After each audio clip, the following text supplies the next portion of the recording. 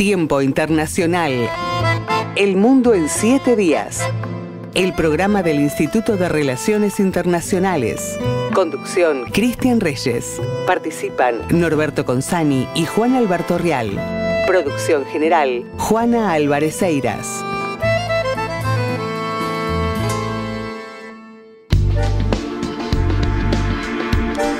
La actualidad global. El mundo en 7 días. La ONU confirma la hambruna en Gaza por primera vez. El pasado 22 de agosto, la Clasificación Integrada de la Seguridad Alimentaria en Fases, CIF, de la ONU, confirmó la hambruna en zonas de Gaza, la cual afecta a más de 500.000 personas, dejándolas en una situación catastrófica. Según el Alto Comisionado de las Naciones Unidas para los Derechos Humanos, Volker Türk, la hambruna confirmada en Gaza es consecuencia directa de las medidas adoptadas por el gobierno israelí. Fuerza Aérea de Nigeria lanza ataques de precisión contra red criminal y libera a 76 secuestrados. El pasado 24 de agosto, las Fuerzas Aéreas de Nigeria lograron rescatar a 76 personas que permanecían en poder de una banda criminal en la localidad de Pawa Hill, el estado de Katsina, al noroccidente del país, gracias a un ataque de precisión dirigido a reducir al líder de una pandilla local, conocido como Bavaro, según fuentes del Ministerio de Seguridad Interna. La Corte Penal Internacional califica las sanciones anunciadas por Estados Unidos como un flagrante ataque contra la independencia judicial. La Corte Penal Internacional manifestó su enérgico rechazo a las sanciones anunciadas por el gobierno de Donald Trump contra 2 jueces y 2 fiscales adjuntos del alto tribunal. La medida de Washington llega en medio de sus presiones contra miembros del tribunal que participan en las investigaciones sobre crímenes de Israel en Gaza y en las pesquisas a funcionarios estadounidenses por la guerra de Afganistán. Al menos 20 muertos por 2 atentados atribuidos a disidencias de la FARC en Colombia.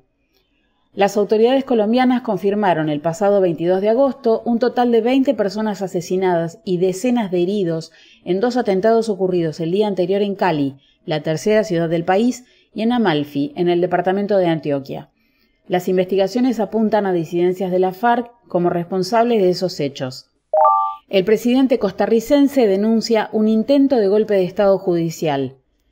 Rodrigo Chávez, el presidente de Costa Rica, denunció públicamente un intento de golpe de Estado judicial en medio de una investigación que lo vincula a una presunta corrupción política que podría poner en riesgo su inmunidad presidencial. El mandatario rechazó los señalamientos, describiéndolos como un montaje. Los hechos internacionales más importantes, analizados por docentes e investigadores del IRI, en Tiempo Internacional. Nos encontramos en diálogo con Santiago Ots. Santiago es licenciado en Relaciones Internacionales, integrante del Departamento de Medio Oriente del Instituto de Relaciones Internacionales y coordinador del Comité de Medio Oriente del CARI. Santiago ya nos ha acompañado en nuestro programa. Santiago, bienvenido. Muchas gracias por compartir estos minutos con nosotros en Tiempo Internacional. Hola Juan, muchas gracias a ustedes por invitarme. Lamentablemente, Medio Oriente no deja de ser noticia, no vienen novedades agradables.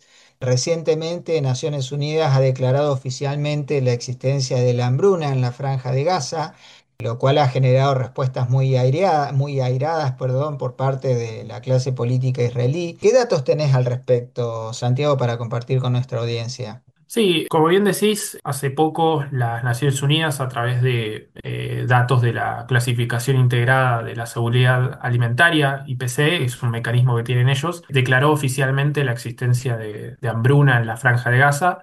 Se estima que más o menos estaría afectando alrededor de 500.000 personas, más de 500.000 personas. Es una crisis que se considera causada por el hombre, o sea, es algo totalmente prevenible, no es que fue producto de un desastre natural ni nada por el estilo. Y se menciona que, bueno, claramente las restricciones en materia de humanitaria por parte de Israel como un factor clave. La clase política israelí, de hecho, Benjamín Netanyahu ha declarado que esto es absolutamente mentira, que abunda la asistencia alimentaria, independientemente de que no es otorgada por las agencias de Naciones Unidas. Ellos insisten en que está rebosante de alimentos medio la Franja de Gaza y que es nada más que una campaña de desprestigio, ¿no? Sí, exactamente. Israel mantiene que el suministro de alimentos a la Franja de Gaza está en circulación. Destacan también que muchas veces el suministro que ingresa a la franja en realidad es tomado por Hamas, que es quien está impidiendo a los palestinos acceder a esos alimentos y suministros básicos para su existencia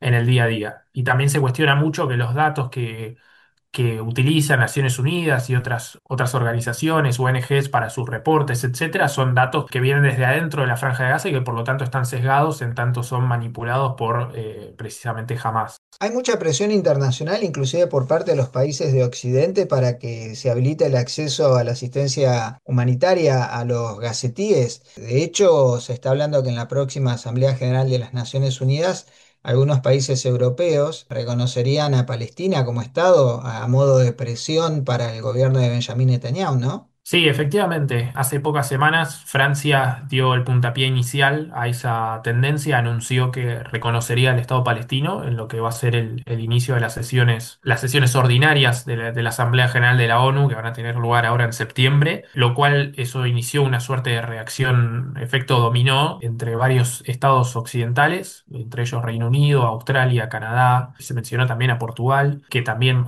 reconocerían al Estado palestino. Obviamente esto incrementa la presión diplomática, pero no creo que sea tan significativo como para cambiar la situación en el terreno. Y tampoco creo que modifique sustancialmente la voluntad de Israel a cesar con sus operaciones. Sí creo que ahí hay un dato importante, que es que Alemania ha ido más allá y ha inclusive anunciado la suspensión de la exportación de equipos militares a Israel que podrían ser utilizados en la Franja de Gaza. Alemania es, después de Estados Unidos, el segundo mayor suministrador de armamento a Israel, representa alrededor del 30% de las importaciones israelíes de armas, y en ese sentido ha sido un Estado que históricamente ha estado muy, muy alineado con Israel, en buena medida debido a todo lo que es la memoria histórica por lo que fue el Holocausto, y este tipo de acciones sí tal vez generan más impacto real que la mera presión diplomática, pero aún es algo incipiente.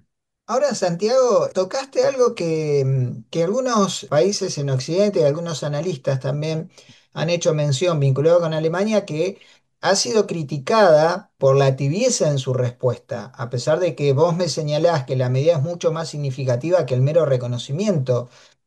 ¿Cuál es tu conclusión? ¿Existe dicha tibieza o en realidad eh, el no ir más allá de la declaración del reconocimiento de la estatalidad de Palestina es menos gravoso que justamente la suspensión de armas que pueden ser utilizadas en las operaciones militares en la Franja de Gaza? Sí, a ver, es cierto que se le ha criticado mucho a Alemania, Occidente en general, por la tibieza con la cual se aborda la situación en la Franja de Gaza. De hecho, digamos, creo yo que la situación extrema que se está viviendo en términos humanitarios al interior de la franja es lo que ha hecho que, bueno, que evidentemente sea imposible continuar con esa postura y ha llevado un Estado como Alemania, que como digo, está muy alineado con Israel, a tomar esta decisión. Creo yo que son estas medidas las que a Israel le afectan en la realidad. Tiempo Internacional. Desde 1998. Analizando la realidad internacional en Radio Universidad. Bien, Santiago, ya hay un ok por parte del gobierno israelí para llevar adelante operaciones militares que impliquen la ocupación de Gaza. De hecho, estoy viendo acá, el ministro de Defensa, Israel Katz, advirtió que la ciudad más grande de la franja sería destruida a menos que jamás ceda a los términos de Israel, lo cual indica que está yendo a un paso más allá de lo que históricamente ha hecho el gobierno israelí. Digamos, amenazar con la destrucción de una ciudad para la desactivación de un grupo armado que es claramente un objetivo militar absoluto que va más allá inclusive de lo que el derecho internacional humanitario permite en operaciones militares. ¿Qué es lo que está sucediendo puertas adentro en Israel para llevar adelante esta operación? ¿Y cuál es tu conclusión con respecto a este tipo de declaraciones por parte del ministro de Defensa? Sí, efectivamente, Israel está preparando lo que va a ser una nueva ofensiva a gran escala para tomar el control de Gaza City, que es ciudad de Gaza, digamos, es la capital de Gaza, de la Franja de Gaza, considerada como uno de los últimos bastiones que quedan remanentes de Hamas. Actualmente Israel controla aproximadamente el 75% de la franja. Hay un sector importante de la ciudad de Gaza que aún no fue ocupado. En este sentido, lo que hay al interior del gobierno israelí, de la sociedad israelí en su conjunto, es una situación muy tensa porque por un lado, primero antes que nada, el estamento militar encabezado por el jefe del Estado Mayor, Eyal Zamir, advirtió que este plan, digamos, no podría poner en peligro a los rehenes que aún quedan bajo control de Hamas y tensar demasiado la capacidad del ejército para abordar el control de la franja. A esto se le suma una sociedad israelí que también está muy preocupada, sobre todo los sectores digamos, cercanos a los familiares de los rehenes, como es el Foro de Rehenes y Familias Desaparecidas, que abogan por que se negocie un alto al fuego y que ven a esta ofensiva como una suerte de sentencia de muerte para los rehenes que aún permanecen en Gaza. Israel muchas veces dentro de la franja no accedía o no avanzaba a ciertos espacios porque tenían información de que había rehenes bajo control de Hamas cerca, y por consiguiente preferían no avanzar por miedo a que precisamente acorralar a Hamas lleve a que terminen asesinando a los rehenes. Esto parece que el cálculo ahora gira más que nada a buscar la destrucción de Hamas en su totalidad, que esto se alinea con la visión que tienen los sectores más duros dentro del gobierno israelí, como por ejemplo el ministro de Seguridad Nacional, Itamar Ben-Gvir, que lo que quieren es buscar llegar hasta el final y destruir a Hamas al completo. En este sentido, los sectores que están más alineados a la postura del gobierno sostienen que la liberación de los rehenes, obviamente que se tiene que dar, pero no a cualquier precio, ¿no? Muchos traen a colación el caso del soldado Gilad Shalit, estuvo bajo control de Hamas durante 5 años hasta que fue liberado en el 2011 a cambio de un intercambio de prisioneros que tuvo un saldo de más de 1.000 prisioneros palestinos liberados, entre ellos el ex líder de Hamas, que fue eliminado por Israel el año pasado, Yahya Sinwar, que fue uno de los autores intelectuales del ataque del 7 de octubre. Entonces, lo que se observa al interior de Israel es que hay un equilibrio muy delicado entre garantizar la libertad de los rehenes y preservar la seguridad del Estado israelí a largo plazo, que es un poco el dilema que atravesó toda esta campaña en Gaza desde sus inicios. Los hechos internacionales más importantes, analizados por docentes e investigadores del IRI en Tiempo Internacional. Nos encontramos en diálogo con Santiago Ott. Él es integrante del Departamento de Medio Oriente del Instituto de Relaciones Internacionales. Santiago, estamos hablando de la cuestión interna en Israel. Me gustaría saber si, desde tu punto de vista, la estabilidad del gabinete liderado por Benjamín Netanyahu aparece como garantizada o está todo, si se quiere, en una situación precaria, porque parecería que la campaña militar está persiguiendo tan solo el objetivo de garantizar la permanencia de Benjamín Netanyahu en el gobierno. Quizás es una lectura de trazo muy grueso y simplista, pero a veces cuando uno no conoce tanto el detalle de la región, termina llegando a esta conclusión. ¿Está garantizada la estabilidad del gobierno o, digamos, hay grietas en el gabinete? No, obviamente existen grietas, sobre todo del ala más dura, que aboga por no hacer ningún tipo de acuerdo con los rehenes, por los rehenes que implique precisamente que jamás continúe con cierta capacidad militar y bajo control de la franja. Eh, y obviamente también está desde el otro lado la presión que hay por los familiares de los rehenes, la propia sociedad israelí, la presión, a lo cual se suma la presión internacional, ciertas miradas negativas respecto a esta ofensiva que se está viniendo por parte del estamento militar, como mencioné recién. Así que en ese sentido, Netanyahu claramente aún tiene que hacer una suerte de balance entre los distintos sectores de poder dentro del gabinete y también de la sociedad israelí en su conjunto. Ahora, si no estoy equivocado, la Knesset va a entrar en receso, así que por el momento va a poder respirar tranquilo Netanyahu hasta que vuelvan a tomar funciones. Continuamos analizando la problemática de las relaciones internacionales en Tiempo Internacional. ¿Cuál es, digamos, el estado de cosas de Hamas? ¿Sigue existiendo Hamas después de la operación militar que está llevando a Gaza a convertirse en tierra arrasada? ¿Hay algún elemento operativo? ¿Quedan células o sigue activa con un número un poco más reducido de lo que estaba hace un año y medio? Jamás, a ver, sí, sigue estando, obviamente, siguen habiendo reductos bajo control de Hamas. Obviamente que su capacidad para, por ejemplo, lanzar proyectiles al Estado de Israel ha sido reducida significativamente. Recordarán ustedes, por ejemplo, en el año 2021 que se produjo un intercambio muy conocido entre Hamas e Israel, donde Hamas lanzó una cantidad muy grande de cohetes hacia el Estado de Israel. Y hoy esa capacidad ya se ha visto muy mermada. Y también lo que sucede es que jamás, tal vez como una suerte de como milicia o cuerpo armado con una cadena jerárquica, vertical, cohesionada, etcétera, todo eso ha sido en cierta manera desarticulado y se ha dado lugar a un sistema en el cual jamás ahora se encuentra más descentralizado y operando en células más pequeñas e independientes entre sí. Es decir, en vez de combatir a un ejército, por así decirlo, ahora te estás enfrentando a un montón de mini ejércitos, cada uno con sus componentes, lo cual le otorga claramente mayor autonomía y por consiguiente también es más difícil de eliminar o de abordar desde el punto de vista militar.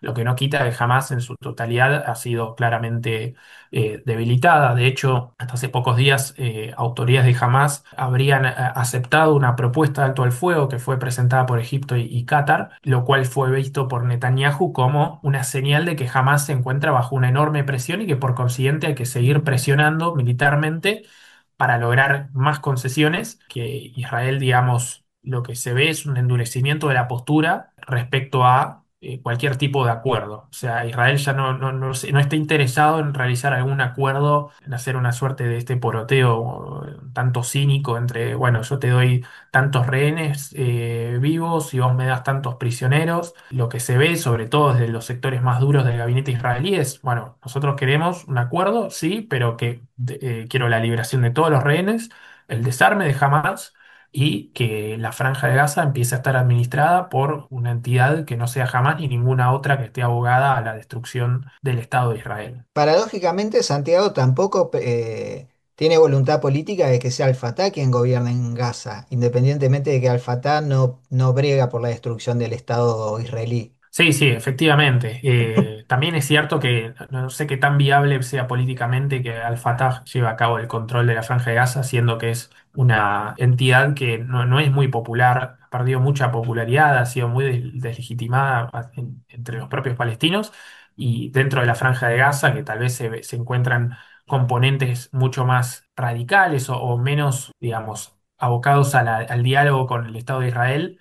Muchos ven al Fatah como una organización más bien que ha contribuido a legitimar la ocupación israelí sobre territorios palestinos.